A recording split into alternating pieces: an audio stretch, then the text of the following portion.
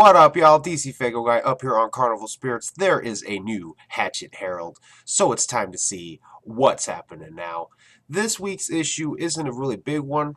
A lot of plugs for some upcoming events, upcoming releases. Not a whole lot of news being dropped here, but nonetheless, let's jump right into it. It is Jay Webb, and one of the first things he talks about is the Riddle Box Tour and the fact that it's going down fucking phenomenally. And I would definitely have to agree. I actually just hit the Indianapolis Day 2 stop Thursday night.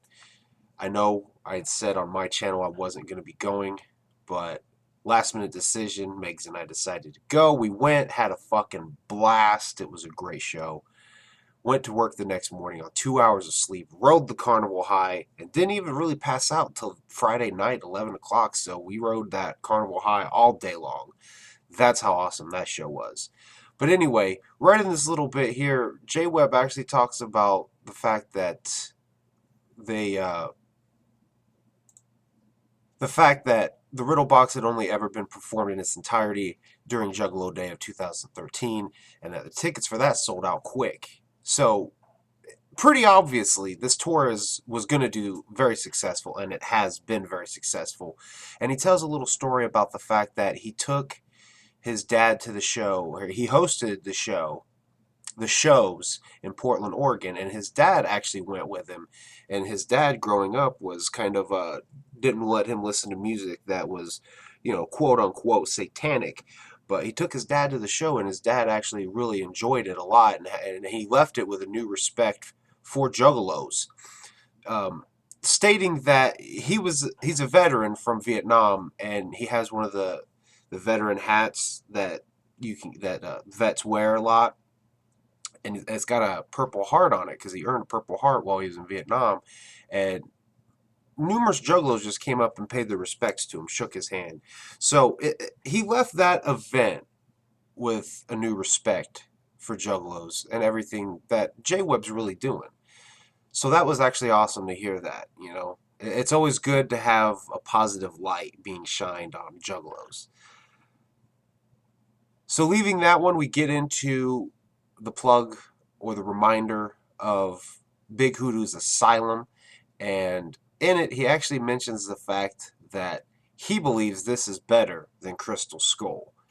And he says that the intro for the album is one of the scariest intro tracks he's ever heard.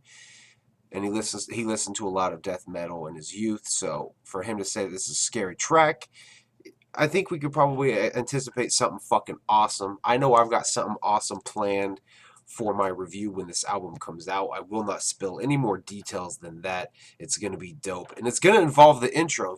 So for him to say that it's a dark, scary intro has me even more excited to get that video going. So fucking A, I might have to do something today to get that ball rolling because now I'm excited. But yeah, Big Hoodoo's album is coming out July 20th is when that comes out. No, not the 20th. I'm sorry, because 20th is it's the 22nd. That's when it comes out. It comes out July 22nd. You can pre-order it now. It is available for pre-order. Or if you're heading to the gathering, of course, pick up a copy. I will be. Not sure yet if I'll be listening to it at the gathering or if it'll just be the ride home.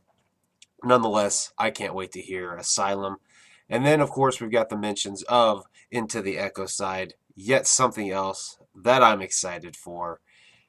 Then he mentions the fact, or he plugs the infomercial for the gathering, which I thought that was pretty fucking fresh. They did something different. They didn't have the typical kind of corny story going. They actually took and made a direct parody of infomercials, which was awesome. It made it an actual infomercial. The only really big piece of news in this issue this week is the fact that the tickets for Hallowicked go on sale next Friday, June 24th.